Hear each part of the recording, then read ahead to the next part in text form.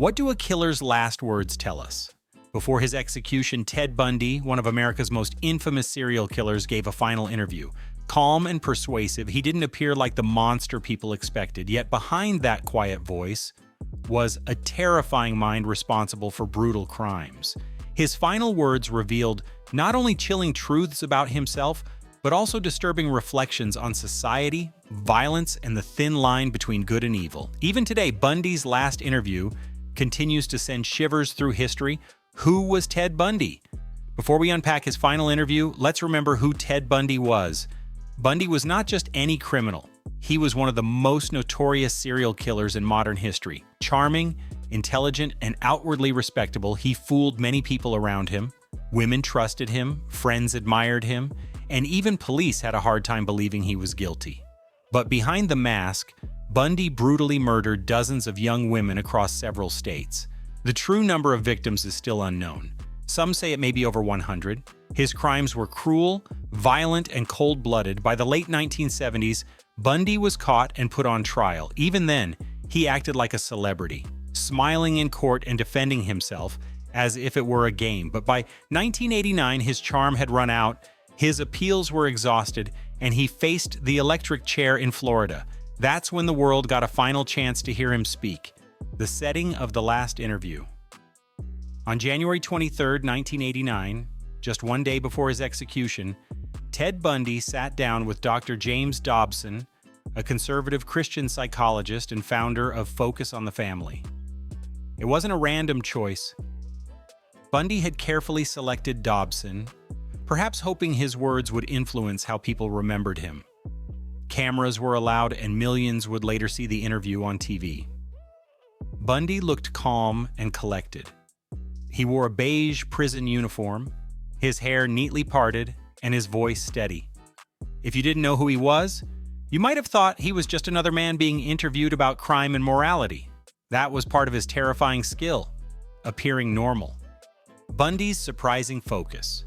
Instead of talking directly about his victims, Bundy shifted attention to something unexpected: pornography and violence in media. He claimed that violent pornography had warped his mind and fueled his crimes. According to Bundy, his addiction to explicit, violent material drove him into darker and darker fantasies until he eventually acted them out in real life. He warned America that easy access to pornography, especially violent pornography, was dangerous for society. Pornography can reach out and snatch a kid out of any house today, Bundy said. To many, it sounded like an attempt to shift blame. He wasn't saying, "I am evil." Instead, he was suggesting, "Something made me evil." A chilling calmness. What shocked people most wasn't only what Bundy said, it was how he said it. There was no panic in his voice, no trembling fear of death. He spoke smoothly, like a professor giving a lecture. Some viewers described it as almost hypnotic. This was the same charm Bundy had used to lure victims into his trap. But to those who studied him closely, that calmness was just another manipulation. Bundy had always been skilled at twisting words to his advantage. Even in his last hours, he seemed more interested in controlling the narrative than in confessing the full truth. Did Bundy really confess? Bundy didn't use the interview to make a full confession. Instead, he admitted only what was already known and avoided many details. For years, he had denied responsibility, then slowly began confessing as execution drew near, likely hoping to delay his death sentence by cooperating. In his final days, he did admit to killing more than 30 women, but experts believe the real number could be much higher. Many families of missing women never got answers. Bundy took those secrets with him to the grave, so in reality, his last confession was more of a controlled performance than a true release of guilt. The victims left behind. One of the most disturbing parts of Bundy's final interview is what it left out: the voices of the victims. He spoke about pornography, society, and his own struggles, but he rarely mentioned the women whose lives he destroyed. Their names, their dreams, and their stolen futures were not part of his story. This silence is what makes the interview so chilling. Bundy seemed more concerned with explaining himself than honoring the lives he ended. Even in death, he remained self-centered, leaving behind families still desperate for closure. Experts react to Bundy's words. After the interview aired, experts and psychologists debated his motives. Some said Bundy was finally being honest about his triggers and his warning about violent media shouldn't be ignored. Others argued it was just another manipulation, a way to blame something external instead of owning his evil choices. Dr. Dobson himself believed Bundy's words were sincere, using them as a cautionary tale about morality and media. But many criminologists disagreed, saying Bundy was simply playing his final hand, trying to shape his image before dying. The debate continues today. Was he telling the truth about pornography's influence, or was it all a calculated move to distract from his cruelty? The execution. Just hours after the interview, on January 24, 1989, Ted Bundy was executed in Florida's electric chair. Crowds gathered outside the prison, some chanting "Burn, Bundy, burn," as smoke rose from barbecues and people cheered at the news.